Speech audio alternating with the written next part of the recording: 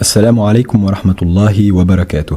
Ceci est donc le 11e cours de la série de l'explication des sagesses d'Ibn Ata'illah al-Sakandari par Cheikh al-Bouti rahimahullah. Au cours de ce cours, Cheikh al-Bouti tout d'abord va répondre rapidement à quelques questions, après quoi il va entrer dans une explication plus détaillée de la sagesse numéro 5 qui avait été présentée au cours précédent, et il va essayer de décortiquer un peu les deux aspects principaux qui sont d'une part les fonctions qu'Allah nous a attribuées et d'autre part ce qu'Allah nous a garanti dans notre vie d'ici-bas.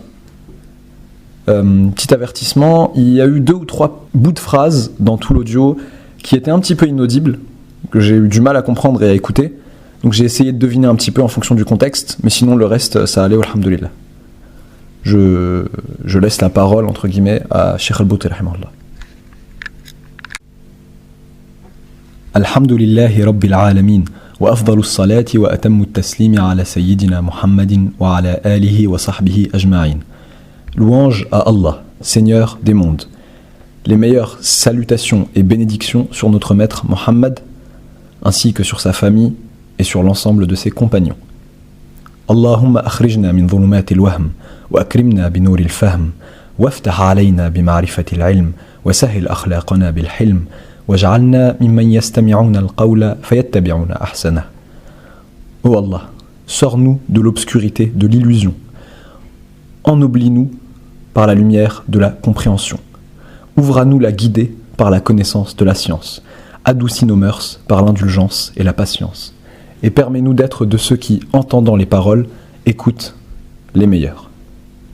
Ceci est le 11e cours de la série sur les sagesses d'Ibn Ata'illah d'Alexandrie, qu'Allah le Très-Haut lui accorde sa miséricorde et nous fasse profiter de lui. Et avant de commencer notre nouveau cours, je me dois de vous présenter mes excuses au sujet de l'absence dont je n'avais pas prévenu au cours précédent. Et je m'étais imaginé que je ne m'absenterais que pour un cours, mais Allah, pureté et toute puissance à lui, a voulu que le travail dont j'avais été chargé se prolonge. Et il en a été ainsi, de sorte que j'ai été obligé de m'absenter aussi au cours du jeudi. Et nous demandons à Allah, pureté et toute puissance à lui, de faire que nos actions soient toutes dédiées à lui, que nous les fassions pour lui, dans toutes nos évolutions et dans tous nos états. Je réponds d'abord à certaines questions en rapport avec le cours, et j'aimerais clarifier que nous répondons aux questions se rapportant au cours précédent, et nous ne répondons pas aux questions se rapportant à un cours qui a été donné il y a un mois par exemple. C'est-à-dire, pour le cours qui est passé depuis un mois, le questionneur aurait dû poser sa question à ce moment-là. Oui. Un frère dit par exemple, tu as évoqué un cours antérieur, le frère veut dire un cours ancien, tu as évoqué le fait que le qada et le qadar, la prédestination et le destin, sont de 2 sortes. La première, une création directe dans laquelle l'homme n'a aucun choix, et la seconde, un qada, une prédestination liée au choix de l'homme. Et c'est sa décision, la décision de son cœur. Alors que le prophète sallallahu alayhi wa sallam dit Inna qulub al-ibadi bayna isba'ayn min asabi' ar-rahman yuqallibuha kayfa yasha. Certes, les cœurs des esclaves, des hommes, sont entre 2 doigts, des doigts du Rahman. Il les retourne comme il le veut. Je dis à ce frère, reviens à mon livre Al-insan musayyarun am mukhayyar. L'homme est-il dirigé arbitrairement ou a-t-il le choix? Et reviens à ce que j'ai évoqué en réponse précisément à cette question. Tu trouveras la réponse détaillée. Si je voulais te répondre à cette question au sujet d'un thème évoqué il y a environ un mois, je devrais y passer un cours entier.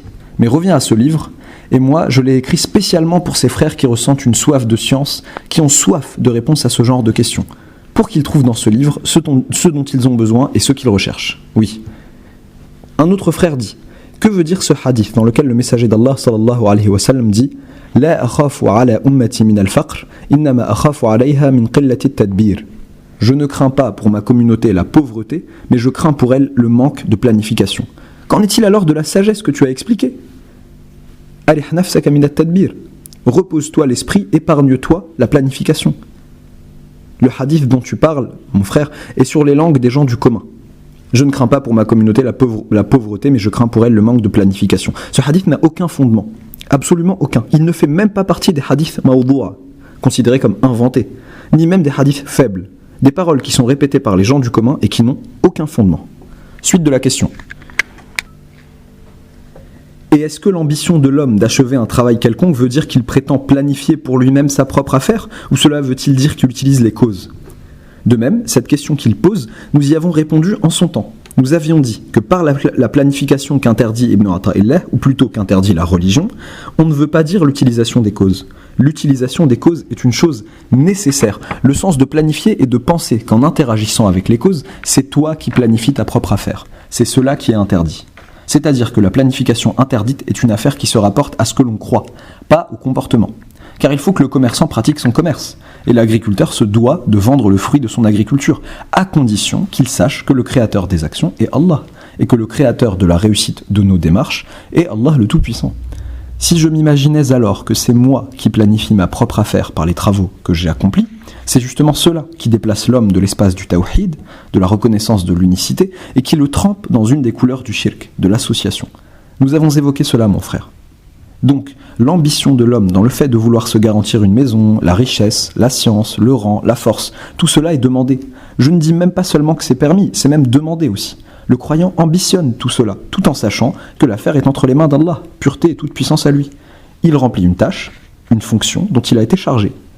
Puis, si Allah le Tout-Puissant le veut, il fera réussir ses démarches, et s'il le veut, il ne les fera pas réussir. Puis, l'un des questionneurs dit « Quelle est la véracité, au regard de la science, de notre propos disant que la nourriture ne rassasie pas par sa nature ? Et quel danger me guette si je ne crois pas en cette réalité ? Et quelle est la voie, quel est le chemin vers le fait de pouvoir ressentir, par le cœur, ce type unique de foi qui nous manque ? Toi aussi, mon frère, tu me poses une question à laquelle j'ai répondu en son temps. C'est-à-dire qu'il me pose une question dans un thème auquel j'ai répondu largement. J'ai dit plus d'une fois, et à plus d'un cours, que si nous croyons que la nourriture rassasie par sa nature, bon, le frère, il veut dire qui nous en empêche ? Pourquoi ne pas croire que la nourriture rassasie par sa nature ? Qu'est-ce qui nous en empêche ?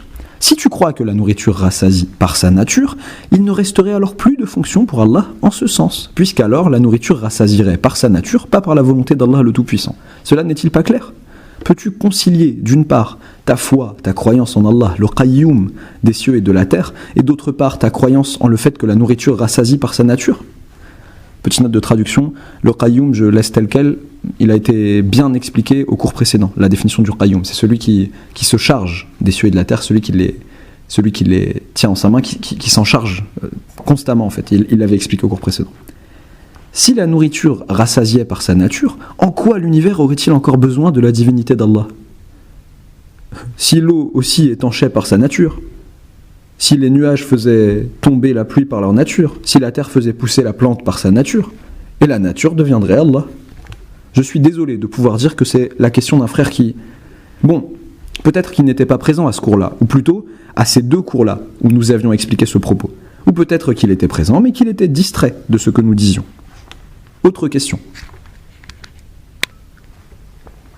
Une information m'est parvenue selon laquelle vous publieriez bientôt un livre d'explication des sagesses d'Ibn Ata'illah dès que vous en aurez fini la révision. Cette chose qui t'est parvenue, mon frère, je demande à Allah le Tout-Puissant de m'y assister, de me le permettre. C'est-à-dire que c'est un désir que j'ai, mais l'enchevêtrement des travaux et des occupations est une barrière à cela. Et quand Allah le Tout-Puissant le voudra, qu'il le facilitera et qu'il bénira pour moi mon temps, Inch'Allah, je demande à Allah de me permettre l'accomplissement de cette affaire. Nous revenons, les frères, à la 5e sagesse, pour terminer ce que nous avons à en dire. Je pense qu'il reste quelques points à expliquer au sujet de cette sagesse pour ensuite passer à la sagesse qui la suit. Ijtihaduka fima dhumina lak wa taqsiruka fima tuliba mink dalilun ala intimas al-basirati mink. Ton effort dans ce qui t'a été garanti et ton manquement dans ce qui t'a été demandé prouvent l'effacement de ta clairvoyance. Je ne veux pas répéter ce que j'ai déjà dit, mais je veux insister sur un sujet qui peut enlever la confusion des esprits de beaucoup d'entre vous. Il se pourrait que certains comprennent de cette sagesse que nous avons expliquée à notre dernier cours, que l'homme se doit de se dépoussiérer les mains, de se défaire les mains des travaux d'ici-bas. De la démarche, du fait de parcourir les confins de la terre pour la subsistance, du fait de s'occuper de la famille et des enfants, du fait d'entretenir sa bonne santé, sa bonne condition physique, et ainsi de suite. Parce que ces affaires-là font partie de ce qu'Allah nous a garanti. Nous devrions alors nous orienter exclusivement vers les fonctions dont nous avons été chargés. Fonctions qui sont les suivantes. Les actes d'adoration, obéir aux ordres dont Allah nous a chargés, s'éloigner de ce qu'Allah nous a interdit, etc. Peut-être certains d'entre vous comprennent-ils cette sagesse de cette façon-là. Non. Cela n'est pas le sens de ce propos, que nous avons déjà expliqué. Ce propos ne veut pas dire que l'homme doit donner son dos à la vie d'ici-bas ou qu'il ne doit pas interagir avec elle parce qu'Allah le lui a garanti, pour s'arrêter aux actes d'adoration et les ordres divins qu'Allah lui a ordonnés, parce que ce serait la fonction qu'Allah lui a donnée. Le sens de cette sagesse, c'est que l'homme qui s'oriente vers le monde d'ici-bas au point qu'il en sacrifie la fonction dont Allah l'a chargé est un homme dont Allah a effacé la clairvoyance. Qui ? L'homme qui se dirige vers la vie d'ici-bas dans tous ses aspects, qui interagit avec et qui sert sa propre personne par son biais en sacrifiant les fonctions dont Allah l'a chargé. Par exemple, il s'immerge, il s'affaire au marché, aux travaux du marché, le commerce, la vente, l'achat, l'agriculture, les postes divers et variés, au point qu'il met un voile entre lui et les fonctions dont Allah l'a chargé. L'heure de la prière vient, il la retarde alors, et l'oublie presque par ses travaux et ses fonctions d'ici-bas. Le monde d'ici-bas s'oppose aux devoirs religieux dont Allah l'a chargé, et il sacrifie alors les devoirs religieux pour ses travaux d'ici-bas par lesquels il vit. C'est cela que l'islam interdit. Et c'est ce contre quoi Ibn Ata'illah d'Alexandrie met en garde. C'est cela le sens de son propos. Ijtihaduka fima dhumina lak wa taqsiruka fima tuliba mink dalilun ala intimasil basirati mink. Ton effort dans ce qui t'a été garanti et ton manquement dans ce qui t'a été demandé montre l'effacement de ta clairvoyance. Quant à l'homme qui sort le matin au marché pour pratiquer ses actions terrestres, quelles qu'elles soient, et les travaux d'ici-bas sont nombreux, il les accomplit. Mais lorsque viennent les heures des fonctions religieuses dont Allah l'a chargé, il s'oriente immédiatement vers l'accomplissement de ses fonctions religieuses, et il laisse ses fonctions terrestres d'ici-bas, et il les jette derrière son dos. Si l'homme est comme ça, alors c'est bien lui qui fournit des efforts pour la fonction dont Allah l'a chargé, et s'en remet à Allah pour sa vie d'ici-bas, qu'Allah, pureté et toute puissance à lui a garanti. Oui, c'est cela qui est demandé de l'homme. Tu vas vers la vie d'ici-bas, tu la pratiques tant qu'il n'y a pas de contradiction, d'opposition entre toi et tes fonctions religieuses. Dans ce cas-là, rien ne l'en empêche. Au contraire, toi, lorsque tu vas vers la vie d'ici-bas, que tu la pratiques, en accomplissant un devoir dont Allah t'a chargé, en travaillant dur pour rendre ta famille heureuse, en laissant tes enfants, comme le dit le messager d'Allah, sallallahu alayhi wa sallam, riches au lieu de les laisser pauvres, cherchant la subsistance chez les gens. Lorsque tu travailles à t'assurer une subsistance dans le but que cette subsistance t'assiste dans les devoirs religieux dans lesquels Allah t'a établi, alors dans cette situation, tu es en fait en train de remplir ta fonction religieuse. Même lorsque tu es au marché, tu es en train d'accomplir tes fonctions religieuses. Parce que les actes d'adoration ne se limitent pas à la prière, au pèlerinage, à l'évocation d'Allah, à la lecture du Coran. Non, au contraire. Tes actions, tes œuvres terrestres d'ici-bas, lorsqu'elles ont pour but la satisfaction d'Allah, lorsqu'elles ont pour but de faire de la vie une servante des ordres qu'Allah t'a chargé d'appliquer, alors toi, même au marché, tu adores Allah. Et même au marché, tu pratiques les fonctions dont Allah le Tout-Puissant t'a chargé. Cet homme-là, on ne dit pas de lui qu'il a fourni des efforts dans sa vie, qu'Allah lui a garanti, et a oublié sa religion dont Allah le Tout-Puissant l'a chargé. Non, parce que cet homme-là, c'est vrai qu'il pratique ses travaux terrestres d'ici-bas, mais il les accomplit pour en faire des servants de ses fonctions religieuses, pour en faire des servants de l'application des ordres d'Allah, de l'établissement de la religion d'Allah dans sa personne, dans sa famille et dans ses enfants. Donc il nous faut comprendre ce sens-là. C'est cela que veut dire Ibn Ata'illah d'Alexandrie. Qui sont ceux qui tombent sous le coup de ce propos ? Ce sont ceux qui, lorsqu'ils se rappellent ceux dont Allah le Tout-Puissant les a chargés d'ordre, de devoirs, d'éloignement des interdits, ce sont ceux qui disent « Certes, Allah est pardonneur et miséricordieux, et Allah, pureté et toute puissance à lui, nous pardonnera demain nos péchés et nos mauvaises actions. » Ils se tranquillisent alors l'esprit et se rassurent en se disant « Même si je n'accomplis pas ces fonctions, le Créateur Tout-Puissant me le pardonnera. » Et lorsqu'ils s'en vont vers la vie d'ici-bas, leurs projets commerciaux, d'investissement, la maison qu'ils veulent acheter, la famille qu'ils veulent construire, les chemins qu'il leur faut emprunter pour amasser l'argent, ils oublient dans cette situation qu'Allah le Tout-Puissant leur a garanti cela et qu'il a facilité cela. Ils disent au contraire, l'homme ne mangera pas s'il ne travaille pas dur. Et Allah te dit, travaille avec moi, mon esclave, pour que je travaille avec toi. C'est comme cela que disent les gens du commun. Donc moi, il faut que je travaille.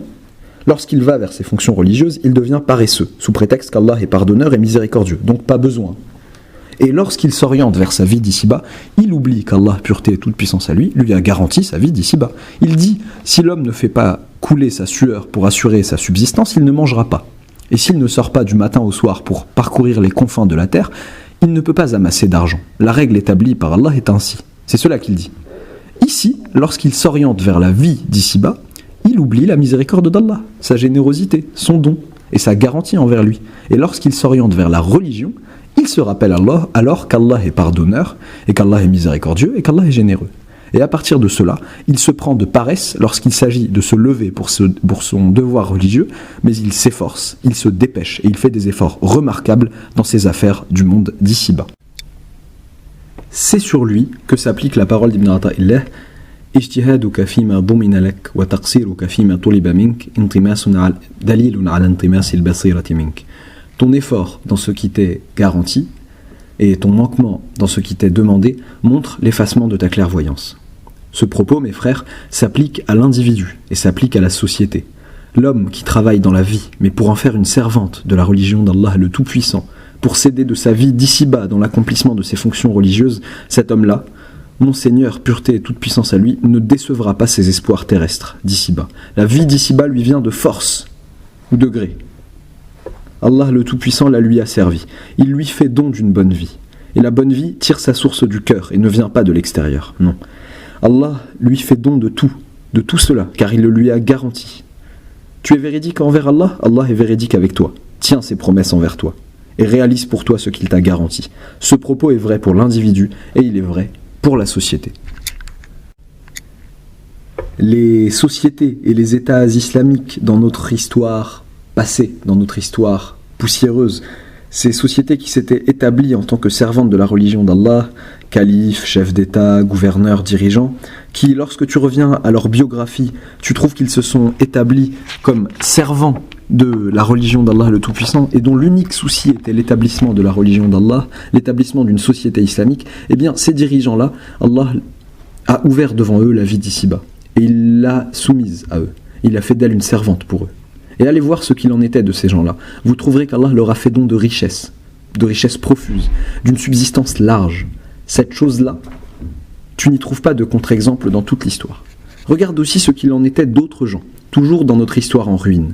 Ces États qui ont goûté la vie et qui y ont pris goût, qui se sont enivrés des délices de la vie et de son éclat, et ont alors oublié les fonctions par lesquelles Allah leur avait fait honneur.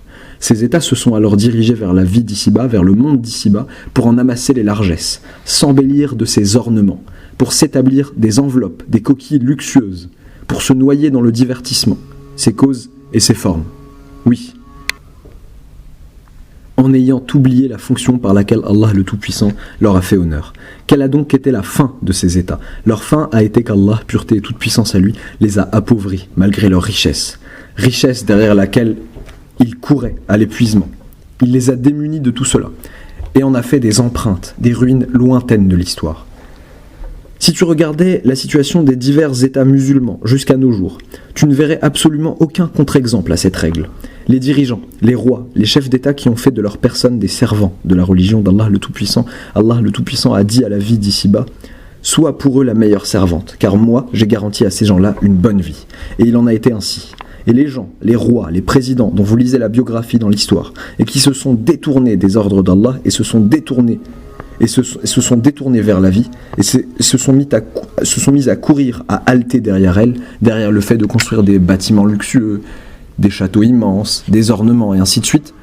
C'est-à-dire des gens qui ont fait de leur personne des servants de la vie d'ici-bas qu'Allah leur avait garanti et qui ont oublié les ordres d'Allah et les ont jetés derrière leur dos. Quelle a donc été leur fin ? Allah les a expulsés même du terrain de la vie, du monde d'ici-bas. Il a donné l'ascendant, la puissance à leurs ennemis contre eux.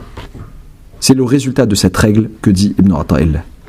Regardez l'héritage des califes bien guidés. Vous trouverez la véracité de ce propos. Les califes bien guidés interagissaient avec la vie d'ici-bas, oui, mais ils interagissaient avec elle pour qu'elle soit une servante des ordres d'Allah dans leur vie.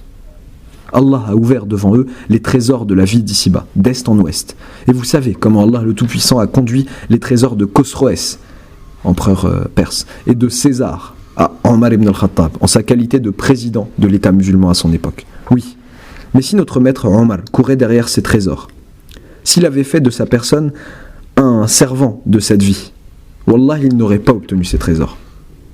Il ne serait même pas parvenu à les atteindre. Et les empereurs des Romains et la multitude perse l'auraient vaincu. Absolument, ceci est une vérité. De même, l'État omeyyade, de même l'État abbasside, ceux qui ont fourni leurs efforts dans le but de servir la religion d'Allah, Allah leur a donné la vie d'ici-bas et leur a aussi fait don de sa satisfaction, puisqu'ils étaient des servants de la religion d'Allah le Tout-Puissant. Quand le califat ottoman a commencé, qui en était le premier calife? Othman Ertuğrul. Bon, je prononce mal, note de traduction, c'est Osman Ertuğrul. Ertuğrul, j'ai du mal à prononcer. Othman Ertuğrul, le grand-père des califes ottomans. Et c'est à lui qu'on les apparente. Cet homme-là est un homme qui est resté debout toute sa vie pour la religion d'Allah, pureté et toute puissance à lui. Le Créateur, pureté et toute puissance à lui, a vu et a trouvé que Othman Ertuğrul, dont la biographie est longue, et ceux qui le veulent peuvent retourner à la biographie de cet illustre personnage. Le Créateur a trouvé en Othman Ertuğrul une personne qui a enrôlé sa vie avec force, modestie et sacrifice pour la satisfaction d'Allah le Tout-Puissant. Le Créateur Tout-Puissant lui a donné les clés du pouvoir. Et c'est pour cela que ce Othman dit à sa mort dans ses volontés adressées à son fils: « Ô mon fils, j'étais comme la petite fourmi, sans valeur. Puis Allah m'a donné tout ce que tu vois par le travail au service de sa religion.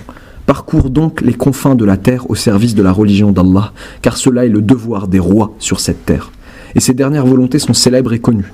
Et je les ai aussi rapportées, je pense, dans mon livre, oui, Ala tariq al-aouda ila al-islam, rasmun li minhaj wa halun li mushkilat, sur le chemin du retour vers l'islam, tracé d'une voie et résolution de problèmes.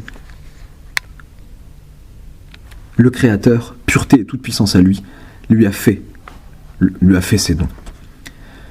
Parmi les rois ou les califes qui sont venus après lui, ceux qui ont suivi ses pas et sa voie au service de la religion d'Allah, sa voie d'asservissement de la vie d'ici-bas et de son utilisation pour la religion d'Allah, le Créateur tout-puissant a appliqué la règle sur eux. Il leur a garanti la vie d'ici-bas lorsqu'ils étaient les meilleurs garants des fonctions pour lesquelles Allah les a établis, jusqu'à l'époque de Mohammed el-Fatah et après Mohammed el-Fatah.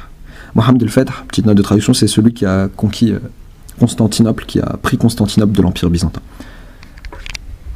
Se sont ouvertes devant eux toutes les portes closes de la vie. Mais si tu avais vécu la vie de l'un d'entre eux, si tu étais entré dans la maison de l'un d'entre eux, tu aurais vu en elle le sceau, en cette maison, le sceau de l'ascétisme, du peu de moyens, la marque de l'éloignement des ornements de la vie. J'ai vu les maisons de ces sultans anciens, après Osman Ertuğrul, jusqu'aux 10 voire aux 12 qui se sont succédés après lui.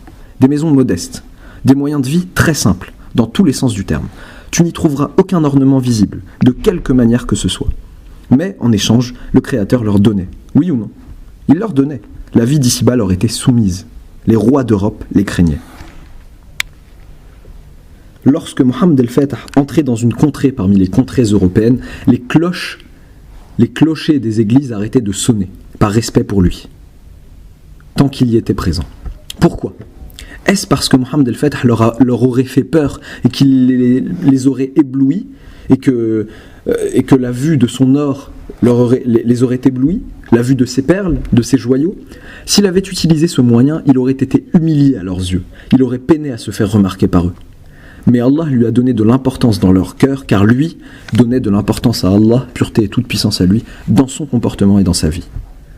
Puis lorsque khalafa min ba'dihim khalfun adaa'u as-salah, lorsque leur ont succédé une postérité qui a perdu la prière, c'est-à-dire les fonctions dont elle avait été chargée, wattaba'u shahawat, et a suivi les passions, les envies, c'est-à-dire le monde d'ici-bas qu'Allah leur a garanti. Lorsque ses successeurs leur ont succédé, le cas de figure s'est inversé. Petite note de traduction. فَخَلَفَ مِنْ بَعْدِهِمْ خَلْفٌ أَضَاعُوا الصَّلَاةَ وَاتَّبَعُوا الشَّهَوَاتِ. Puis leur ont succédé une postérité qui a perdu la prière et qui a suivi les passions et les envies. C'est un verset coranique en fait. Donc là il est en train de voir l'application directe d'un verset coranique dans la vie réelle. Regardez donc, revenez aux traces des sultans à Istanbul, les sultans les plus tardifs qui sont venus après, dans le dernier quart du califat ottoman. Regardez le faste, le luxe qu'ils ont laissé derrière eux. Regardez les trônes, oui, les trônes incrustés de perles et d'ornements d'ici-bas, étonnants et étranges.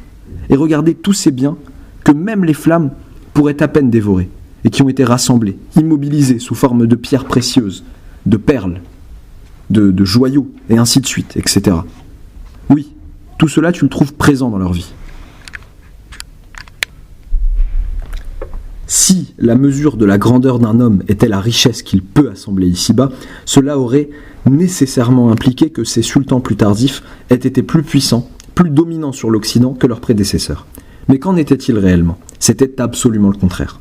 Ces prédécesseurs-là, à la mesure de leur modération, de leur ascétisme dans la vie, à la mesure de leur utilisation de cette vie, de leur interaction avec elle, de leur utilisation de cette vie pour la satisfaction d'Allah et pour accomplir les fonctions dont Allah les a chargés, à la mesure de tout ceci, Allah le Tout-Puissant les enrichissait. Et Allah, pureté et toute puissance à lui, faisait rentrer dans le cœur des autres leur estime et leur crainte. Lorsque ses successeurs leur ont succédé, qu'ils se sont soumis à la vie qu'Allah leur avait garantie, et qu'ils se sont mis à fournir leurs efforts non pas au service de la religion d'Allah, mais pour amasser les biens d'ici-bas, pour accumuler les envies et les passions, Allah leur a dit maintenant, si l'on peut utiliser cette expression, maintenant, je n'ai plus à réaliser pour vous ce que je vous avais garanti, parce que vous n'avez pas réalisé ce que j'avais demandé de vous. Moi, maintenant, je ne suis donc plus tenu de réaliser pour vous ce que je vous avais garanti. Je vous laisse à la vie d'ici-bas avec laquelle vous interagissez. Que vos trésors vous protègent donc contre vos ennemis, que vos biens vous protègent, que vos trônes luxueux vous protègent contre ces ennemis qui sont les vôtres. Je vous laisse, je vous abandonne à votre vie d'ici-bas. Quel a été le résultat ? Le résultat fut que leurs possessions ne durèrent qu'un certain nombre de jours avant que n'en soit tournée la page, avant que ne soit tournée la page de ces trônes et qu'ils ne soient dépossédés de leur pouvoir, de leur sultanat. كَذَلِكَ وَأَوْرَثْنَاهَا قَوْمًا آخَرِينَ. Il en fut ainsi, et nous en fîmes hériter d'autres gens. Comme le dit Allah subhanahu wa ta'ala. كم تركوا من جنات وعيون وزروع ومقام كريم ونعمة كانوا فيها فاكهين كذلك وأورثناها قوما آخرين. Combien ont-ils laissé de jardins et de sources, de champs cultivés et de positions honorifiques, de biens desquels ils jouissaient. Il en fut ainsi, et nous en fîmes hériter d'autres gens. Cela est la règle d'Allah, pureté et toute puissance à lui, sa coutume avec ses esclaves. Si ces sultans, qui sont venus tardivement, ces petits dans leur orientation vers les ordres d'Allah, ces grands dans le faste, dans la splendeur de la vie qui les entourait, si ces gens-là étaient, comme leurs prédécesseurs, des serviteurs de la religion d'Allah, confiants dans le fait qu'Allah leur a garanti leur vie d'ici-bas, ils ne se seraient pas égarés, ils n'auraient pas été humiliés, et Allah ne les aurait pas dépossédés de leur trône d'une manière ou d'une autre. Tu entres dans la maison de quelqu'un comme Salim al-Qanouni ou le sultan Sulayman, Mohammed el-Fatah. Oui, c'est bien connu, leurs maisons sont encore là. Tu trouves des maisons délabrées, simples. Les moyens, les causes de subsistance avec lesquelles ils interagissaient sont très simples. C'est-à-dire qu'il se pourrait que la maison de n'importe lequel d'entre nous, de n'importe qui d'entre nous, soit plus luxueuse. Oui. Bon, mais ces gens-là, Allah a fait d'eux une force, une puissance dans les yeux et dans les cœurs de leurs ennemis. Chose très étrange, oui. Alors que tu entres, par exemple, dans la maison du sultan Abdelmajid, puis du sultan Mahmoud, le sultan Al-Rachid, tu ne trouveras pas de telles maisons, même à l'Alhambra, à Grenade, au Qasr al-Ahmar, le palais rouge. Des ornements, des choses étonnantes, très très étranges. Ils pensaient que c'était avec cela qu'ils conquéreraient les cœurs de leurs ennemis. Que si ces ennemis entraient et voyaient cette somptuosité et cette grandeur, ils en seraient frappés d'étonnement et se sentiraient tout petits. Au contraire, ces palais étaient leurs tombeaux. C'étaient des tombeaux pour eux. Car ils sont allés à l'encontre de la loi d'Allah, pureté et toute puissance à lui. Sois debout, en charge de la fonction pour laquelle Allah t'a établi, pour sa satisfaction. Et Allah le Très-Haut s'imposera ce qu'il t'a garanti. Ce propos s'applique sur l'individu et il s'applique sur la société. Et tu ne peux y trouver de contre-exemple. L'État omeyyade en Andalousie, lorsqu'il était à l'apogée de sa puissance, ces hommes étaient à l'apogée de leur soumission aux ordres d'Allah, de leur accomplissement des fonctions dont Allah les a chargés. Et ils parcouraient les confins de la terre et ils interagissaient avec le monde d'ici-bas, mais pour que celui-ci les aide dans leurs fonctions religieuses. Le Créateur Tout-Puissant a donné la force à leur État, a étendu ses frontières, encore et encore, comme vous le savez, et dans une période de temps étrangement courte. Mais lorsque leur ont succédé des gens qui ont oublié leurs fonctions, les fonctions dont Allah les avait chargés, qui se sont dirigés vers le monde d'ici-bas, qu'Allah le Tout-Puissant leur avait garanti, et qui se sont mis à nager entre les vagues des ornements de ce monde d'ici-bas, qui en ont goûté ce qu'ils en ont goûté, qui se sont saoulés comme ils se sont saoulés, qui ont eu ce qu'ils ont eu de plaisir, jusqu'à ce que ce plaisir leur fasse oublier leur esclavage vis-à-vis d'Allah et les fonctions pour lesquelles ils ont été créés. Quand tout ceci est arrivé, qu'est-il advenu d'eux ? Le monde d'ici-bas dansait autour d'eux, sous leurs pieds. Et ils ont établi de ce monde d'ici-bas des palais luxueux, comme vous le savez. Ils sont cités à titre d'exemple maintenant en Occident, ces palais. Mais en même temps, Allah les a rétrécis, puis les a encore rétrécis, et encore. Et il a sorti la peur du cœur de leurs ennemis, la peur que ces derniers ressentaient vis-à-vis de leurs prédécesseurs. Leurs ennemis ont alors tous marché en leur direction, et les ont expulsés de chez eux. Et c'est ainsi que s'est terminée l'ère des rois de Bani al-Ahmar, comme vous le savez. De cette manière. Devons-nous passer plus de temps encore à donner des exemples vivants de cette loi, de cette règle divine ? Vous voulez plus d'exemples ? Notre vie aujourd'hui, c'est le meilleur témoin qui montre la réalisation, qui témoigne de ce sens dont je parle. Nous, aujourd'hui, nous courons à l'épuisement derrière le monde d'ici-bas, à tous les niveaux. Lorsque tu regardes les situations proches de toi, autour de toi, et lorsque tu regardes les situations plus éloignées, quand tu regardes la réalité des marchés aujourd'hui, notamment ces 10 derniers jours, et lorsque tu regardes la réalité du monde arabe tout entier, que trouves-tu ? Tu les trouves tous, à tous les niveaux, en train de courir, d'haleter derrière ce bas monde, d'haleter derrière plus de désirs et de passions. Même la religion. Son sens est devenu, dans l'imagination de beaucoup de ces gens-là, de construire une société du luxe, de construire une autorité, une splendeur. Oui, comme si lorsque nous en comprenons cela, nous satisfaisons Allah, pureté et toute puissance à lui, par ce travail. Quant aux fonctions religieuses par lesquelles Allah nous a honorés, pour lesquelles il nous a créés, fonctions que nos ancêtres prenaient en charge, de même que nos premiers prédécesseurs, eh bien ces fonctions-là sont devenues marginales, simples, simplifiées, et représentent de simples cadres dans notre vie de ce bas monde. Elles deviennent quelque chose de simple, de futile, c'est-à-dire quelque chose de folklorique, de traditionnel seulement. Alors qu'Allah, pureté et toute puissance à lui, voit et nous regarde. Le Créateur, pureté et toute puissance à lui, peut donner l'argent à ceux qu'il aime et ceux qu'il n'aime pas. Oui, mais lorsqu'Allah donne le monde d'ici-bas à celui qu'il n'aime pas, cela ne veut pas dire que ce monde d'ici-bas va le secourir. Et cela ne veut pas dire que ce monde d'ici-bas va lui donner la puissance, l'abriter dans une forteresse imprenable. Non, pas du tout, pas du tout. Le monde d'ici-bas te vient, mais Allah fera certainement en sorte que ses cordes t'étranglent. Le monde d'ici-bas te vient, mais ce sera lui-même le poison violent, le poison fatal qui mettra fin à ta vie. En tant que globalité, je veux dire. Lorsque nous nous sommes détournés de nos fonctions, en tant que globalité, en tant que société, lorsque nous nous sommes détournés de nos fonctions sur lesquelles Allah nous a établis, comme le disait le sultan à son fils, j'étais une fourmi dans la vie, puis Allah m'a donné tout cela pour le service de sa religion. Sers donc la religion d'Allah sur la terre, car cela est le devoir des rois dans ce monde d'ici-bas. Lorsque nous avons oublié ces propos, que nous sommes devenus des servants de notre monde d'ici-bas, et que nous avons oublié la garantie d'Allah, pureté et toute puissance à lui, envers nous, oui, nous en sommes arrivés à rivaliser avec les États du monde, non pas par la foi, à les combattre non pas par la foi, à s'opposer à eux, non pas par la foi par laquelle Allah nous a fortifiés, mais plutôt par les ornements, par lesquels nous disons concurrencer ces États. Puisqu'ils se sont construits des trônes civilisationnels, d'imposants bâtiments, alors nous construirons des trônes plus hauts encore. Puisqu'ils expriment leur culture par les gratte-ciels, nous construirons des gratte-ciels plus hauts encore que les leurs. C'est comme cela qu'est devenu notre raisonnement, notre logique. Lorsque notre logique est devenue celle-là, notre situation s'est inversée. Allah a délaissé ses garanties envers nous et nous a laissés à ce monde d'ici-bas. Comme s'il disait: ce monde d'ici-bas par lequel vous m'avez remplacé, voyons voir, que va-t-il faire pour vous lorsque je vous délaisserai ?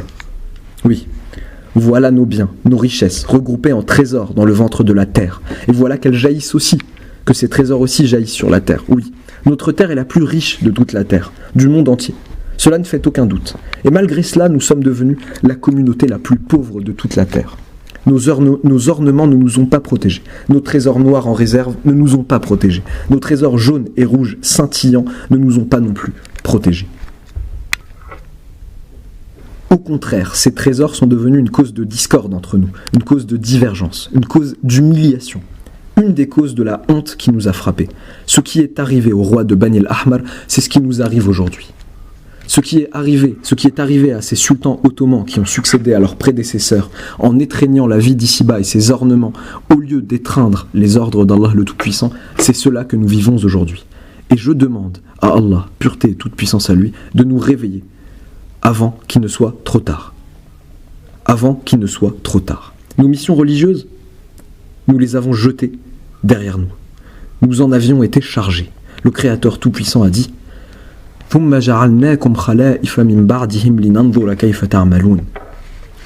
nous avons fait de vous des successeurs après eux pour voir comment vous œuvreriez. Nous avons fait de vous des successeurs après eux. Nous vous avons fait hériter de leur royaume, de leur possession. Nous vous avons fait hériter de la terre qu'ils occupaient avant vous. Et nous voici donc à voir ce que vous faites. Allez-vous interagir avec Allah en appliquant cette règle qu'Allah le Très-Haut s'est imposée à lui-même vis-à-vis de vous? Accomplirez-vous les fonctions qu'Allah a mis à votre cou comme il l'a demandé, afin qu'Allah, pureté et toute puissance à lui, accomplisse pour vous votre bonheur d'ici-bas et votre bonheur dans l'au-delà comme il l'a garanti?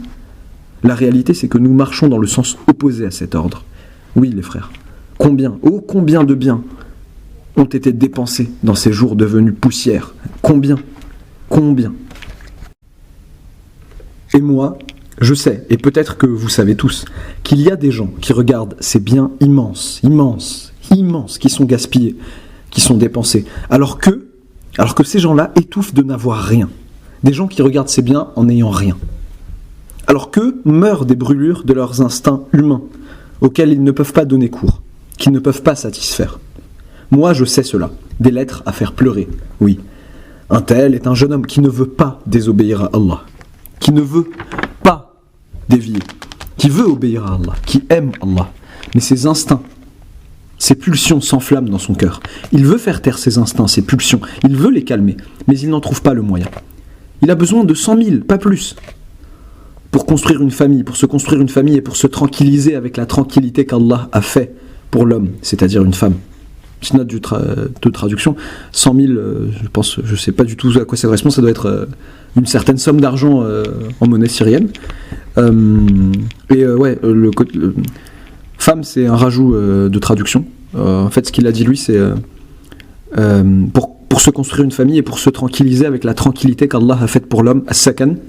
Mais j'en ai déduit que c'était la femme, puisque je pense que c'est une allusion faite à litaskunu ilayha, le Coran qui parle des femmes, pour que vous vous tranquillisiez avec elles, vers elles, pour être un peu littéral. Donc oui, je pense que il parle de femmes, de mariage, et après c'est en effet avéré qu'il parle de mariage. Je redonne la parole. Mais il n'en trouve pas le moyen. Et ce jeune homme-là, et d'autres comme lui, regardent tous ces biens, tout cet argent qui a été gaspillé, dépensé, encore et encore et encore. Dépensé pourquoi ? Si c'était pour la satisfaction d'Allah, quelle bien belle dépense ça aurait été. Mais pourquoi tout cet argent est-il dépensé ? Pour le monde d'ici-bas, pour ce que vous savez, pour que l'homme mette des appâts avec lesquels il attrape du gros gibier. Nous savons tous cela. Lorsque la société est ainsi, qu'en est-il de la situation ? Le Créateur, pureté et toute puissance à lui, dit « Waja'alna ba'dakum li ba'din fitna » Nous avons fait de vous des épreuves les uns pour les autres. Il a fait du pauvre une épreuve pour le riche, et il a fait du riche une épreuve pour le pauvre. En réalité, Allah le Tout-Puissant n'a pas besoin d'un riche qui se montrerait généreux envers ce pauvre pour que ce dernier puisse se marier. Mais Allah a fait de ce pauvre une épreuve pour ce riche. Il l'a mis sur son chemin. Que fera donc ce riche ? Vais-je faire de la vie d'ici-bas une servante de ma religion ? Vais-je donner de cette vie d'ici-bas à un tel et à un tel, parce que j'ai amassé ces biens pour la satisfaction d'Allah ? À ce moment-là, Allah me dira, tu as dépensé 10 ? Prends 100. Ou bien vais-je ouvrir mes 2 paumes en montrant une générosité exceptionnelle à chaque soirée et à chaque invitation, à chaque événement mondain, de telle sorte que lorsque ces jours comptés se terminent, je reviens à la radinerie. Je reviens à mon habitude de n'ouvrir ma porte à aucun mendiant, de prétexter que je n'ai pas de liquide sur moi. Oui, tout cela, c'est un aspect de ce que je vous disais. Ijtihaduka fima dhumina lak wa taqsiruka fima tuliba mink dalilun ala intimasi al-basirati mink. Ton effort dans ce qui t'a été garanti et ton manquement dans ce qui t'a été demandé prouve l'effacement de ta clairvoyance. Si chacun d'entre nous asservissait sa vie d'ici-bas, vie derrière laquelle il doit en effet faire des efforts, avec laquelle il doit interagir, si chacun d'entre nous asservissait sa vie à la satisfaction de son Seigneur et Créateur, s'il faisait de sa vie une servante disciplinée aux ordres de son Maître et Créateur, pureté et toute puissance à lui, alors le riche deviendrait encore plus riche. Le riche deviendrait, par sa richesse, plus heureux, et les poches de pauvreté disparaîtraient de nos sociétés. Ces trous seraient bouchés, et nous verrions ces pauvres devenus heureux à leur tour, exaltés eux aussi par le goût du bonheur. Et tous vivraient ainsi solidaires, dans l'entraide, et dès lors, Allah leur réaliserait sa garantie à tous. Ceci est donc la fin de notre explication de cette sagesse. Nous passerons après cela à la sagesse suivante. Ibn Ata'illah dit: لا يكن تأخر أمد العطاء مع الإلحاح في الدعاء موجبا ليأسك فهو ضمن لك الإجابة فيما يختاره لك لا فيما تختاره لنفسك وفي الوقت الذي يريد لا في الوقت الذي تريد. Que la longue attente avant le don, malgré ton insistance dans l'invocation, ne te mène pas au désespoir. En effet, il t'a garanti la réponse dans ce qu'il choisit pour toi, et non pas dans ce que tu choisis pour toi-même. Et il te la garantit au moment qu'il veut lui, pas au moment que tu veux toi. Cette sagesse, les frères, est une suite à la sagesse qui la précède. C'est-à-dire, c'est comme si quelqu'un disait ton effort dans ce qui t'a été garanti. Et est-ce qu'il m'a été garanti une vie profuse, confortable, même si je ne cours pas derrière les causes, même si je ne passe pas mes jours et mes nuits à amasser de l'argent? C'est-à-dire, si je ne fais pas cela, et que je partage mon temps entre le monde d'ici-bas et l'au-delà, dans ce qui satisfait Allah, y a-t-il en réalité une garantie de la part d'Allah que je me retrouve à vivre une vie luxueuse, un bien-être total, un bonheur profus, complet? Il peut dire aussi, peut-être que cela ne se réalise pas pour moi, et peut-être que j'ai invoqué Allah, pureté et toute puissance à lui. Moi, je sers sa religion. Et j'ai confiance en ce qu'Allah le Tout-Puissant m'a garanti. Bon, j'ai eu confiance, mais j'ai attendu, et l'argent n'est pas venu. Je me suis même mise à invoquer. Oh Seigneur, moi je sers ta religion. Envoie-moi du bonheur. Envoie-moi une maison, ceci, cela. Mais je n'ai pas trouvé ça. Comment puis-je avoir confiance en la garantie d'Allah pour moi dans cette situation? La réponse est dans la sagesse suivante, qui est cette sagesse-là. Walhamdulillahi Rabbil Alamin.